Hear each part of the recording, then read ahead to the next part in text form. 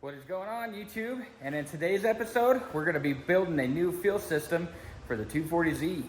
All right, let's go ahead and jump on in. I kind of want to show you guys what I'm thinking in my head. I'm not 100% sure if it's going to be what we're going to do yet, but the game plan in my head. But before we get started, make sure you guys get down in there, like, comment, subscribe, help out the channel. If you're really enjoying watching the 240 build, or if you're liking the F100s, don't forget to subscribe. That really does help us out a lot. So let's go ahead and jump in and let's get started. So first off, we're just gonna go ahead and start by draining all the fuel that we got the other day from when we ran out of gas. From the first video that we did. Should be about 5 gallons left in there, I imagine. Hopefully less. There we go. We'll get that bad boy draining. Now that we got the fuel cell drained out, let's go ahead and get it ripped out. It's kind of funny. I got almost 10 gallons of gas out of that tank.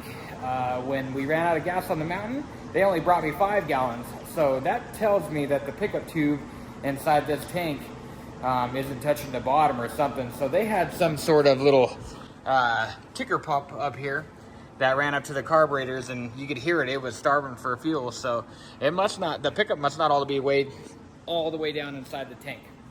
So that leads us to our next thing, the dilemma that I have.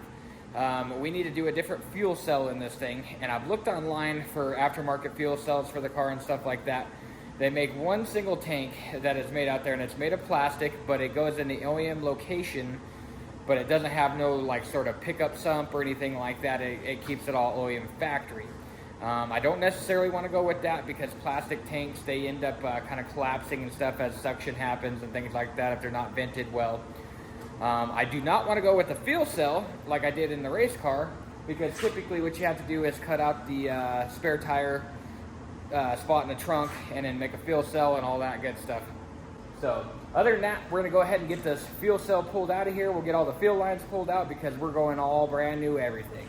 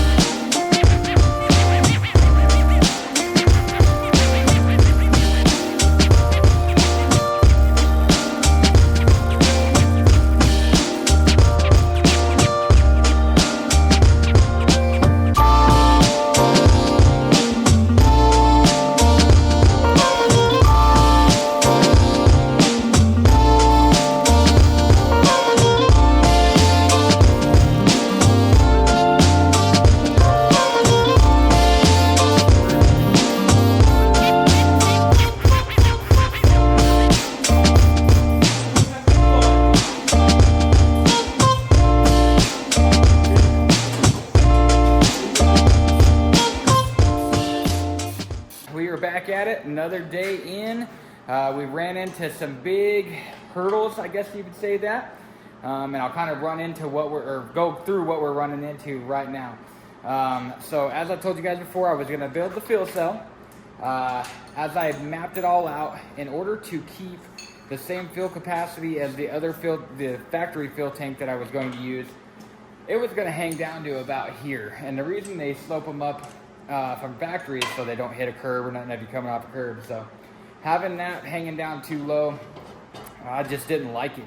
So I kind of changed directions with that. I've got the fuel tank over here, and I've ordered a weld-in sump. I'm going to weld in a sump there. We're going to use the factory tank and just get it done that way, so then we can still, have all the factory stuff, blah, blah, blah, use the pump and everything that we're going to use. So that is hurdle number one. Got the parts ordered, should be here Thursday to get those going. It is Tuesday today. So just a few more days and we get the fuel cell going. Right now, I got little Kev ripping out the rear end right here. This is a factory R180, and it has got 3 3s in the gears, and those aren't, they're not up for my standards. Anyway, so I have a couple R200s here. This one has a 3.5 in it from a turboed 280ZX, and I have another one that is a 3.9 gears. But I like the 3.5s. I ran these in my other turbo setup, and this was a good rear end. So we are going to swap in this rear end, the wishbones. I've got a nice sway bar for the front, things like that. And the other nice thing that this rear end has is it's got a solid diff mount right down there. Big hurdle that we ran into today, and this may stop the whole dang project. It may stop us from race week, all the above. I do not know. We're going to jump in it and try to find out what's going on, but I don't know. So I got the engine trans in. Me and Kev got it in there the other day. I was hooking up the shifter, got the shifter in there. You can grab first, you can grab second, but that is it. There is no third, fourth, fifth, or reverse. So that's a big problem. The other thing I try to do is I put it in first, and I put a big old wrench on the front crank pulley and try to turn it over, and the engine is fully locked up while it's in gear. Put it in neutral, engine spins freely. So something is wrong with the transmission. Good thing for us, we built it through the new trans mount the other night, and it's 2 bolts. That thing comes right out. It's 4 bolts holding the trans in, so it just came out in literally like 3 minutes. Yeah, so it was quick and easy. That is the easy part, but we did test it again. Ooh. Outside of the car, I put the shifter back in it, put it in first, and that transmission is locked up for days. No second or third, fourth, anything like that. So I do have another one of these transmissions. I did break it a few years back. We snapped the output shaft off it. It is down in Cheyenne with Aaron Ginn, and he's had it for about a year now. He had a hard time finding an output shaft for him. I had a buddy that had this transmission for sale, so I purchased it off him. I don't know if he knew what was up with the transmission. I don't know. I'll have to call him and ask him about that. But now we're in a little bit of a pickle. So if I can get a hold of Aaron, and maybe I took this Friday off to work on the car. So if I'm lucky, I can load this transmission up, drive down to Cheyenne. Me and him can tear it apart real quick, slap the other one together, and be back in a few hours. Aaron is great at what he does. Very knowledgeable person. He did that with my Turbo 400 one time when I broke it, and had it rebuilt in 2 hours right in front of me. So hopefully I can get lucky again. Hopefully he's feeling generous enough to bail me out of this situation at the very moment. So I'm very bummed and upset and sad about it, because like I said, this could be the end of it right here, because these are hard to come by. They're not something you can typically find. So we're going to keep moving forward, though. I'm going to just get that past me. I'm going to move on. We're going to just keep working on everything else that we can work on. I'll try to keep contacting him and see what we can do. So that is our big hurdle for now. But other than that, we're just going to keep blasting away at all this.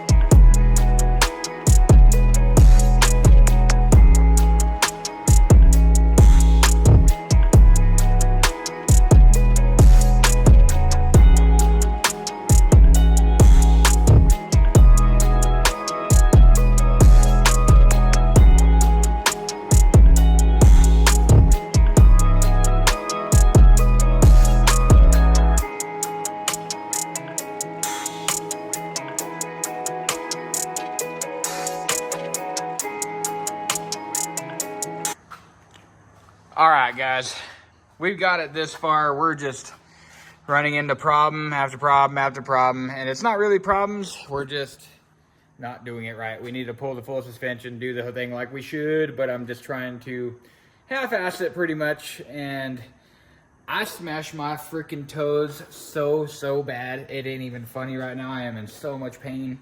I'll show you guys here in a little bit. I'll pull my shoe off and whip out my dogs and show you guys those. They are messed up. I had the rear end on the floor over here, and it was standing straight up and down, and I went to flip it over and it just came straight down and smashed on my toe. But it had one single bolt sticking out of that, and that bolt just drilled me and it messed me up good. So I could barely even walk right now and function. It hurts so bad. So little Kev was doing most of this. I was trying to guide, but I can't do it no more. I need to go home and just chill. We're not winning today, so we're just gonna call it a night, come back tomorrow. So we'll see you guys tomorrow.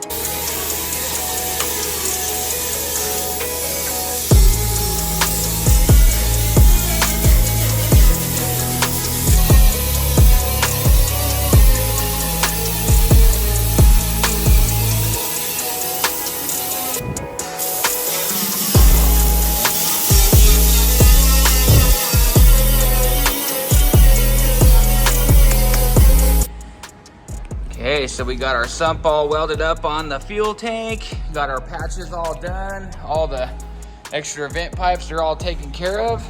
Me and Ryder just filled the tank full of water. Always do a water check, like a pressure test check on this bad boy before you go ahead and put it back in the car and put fuel in it and find out you have a leak. And if you have a leak, then you gotta go back and weld it. You gotta, clean it all out, get all the fuel back out of it. So always test with water first and make sure there's nothing there. And the good reason that we did it is I have 2 leaks. I have one, and I already marked it out. There's one right there in that green dot there. You can see kind of just a little pinhole. And then we've got one right there in the corner. So I'm gonna go ahead and drain the water, take the tank back over to the table, do a little more welding, and we'll do a second pressure test. So we got the fuel cell back up there. Well, I say cell, but it's fuel tank back up in there with the new sump on. We did test all our leaks. Everything is good to go. So now we're gonna start building our fuel system.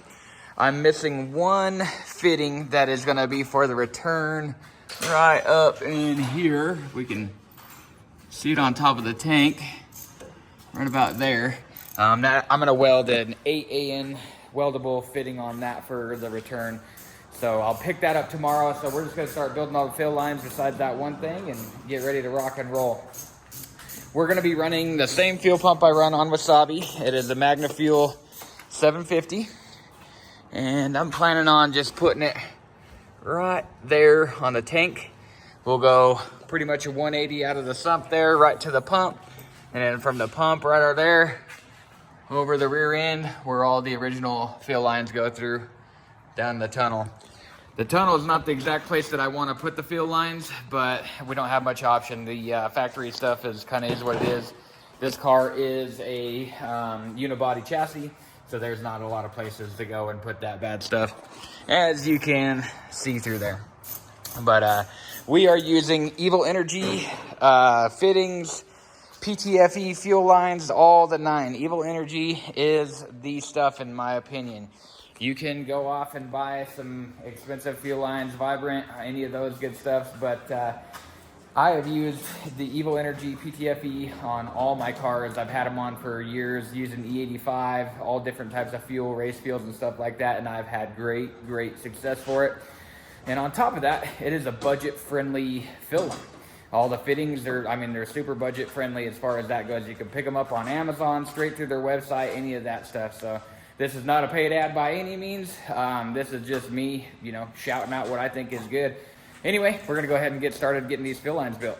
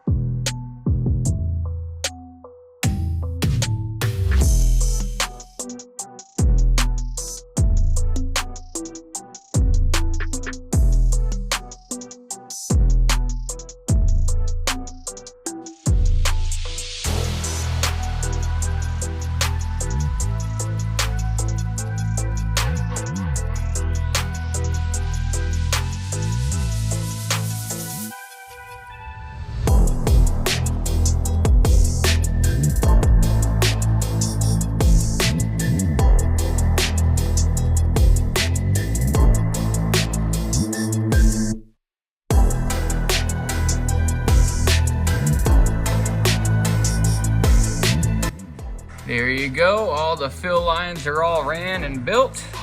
We just have one more to finish, like I said, tomorrow. I really like how that actually turned out up there. So this is where all the original fill lines actually clamped into. So Luke just put the brackets back in there, pinched them up really nicely, be good to go. I will build some sort of drive shaft hoop because I have had my drive shaft break before and ripped a fill line out before. So I'll probably build one right about here. So if it breaks, it ain't gonna hopefully whap nothing and rip nothing out. But yeah, she is all ran, all good to go. Like I said, I'll just get that one A in fitting for up there. We'll weld that on and then put our last return line on. And the fuel system is all buttoned up and good to go. I am gonna pull the tank back out, rinse it all out, get it cleaned. I'm gonna get it all painted up, get that raw metal all taken care of and good to go. And that'll be it. So I think we're gonna call it for this video. Make sure you like, comment, subscribe. Stay tuned for the next video. We got a lot more cool stuff going on. And hopefully we make it to Rocky Mountain Race Week.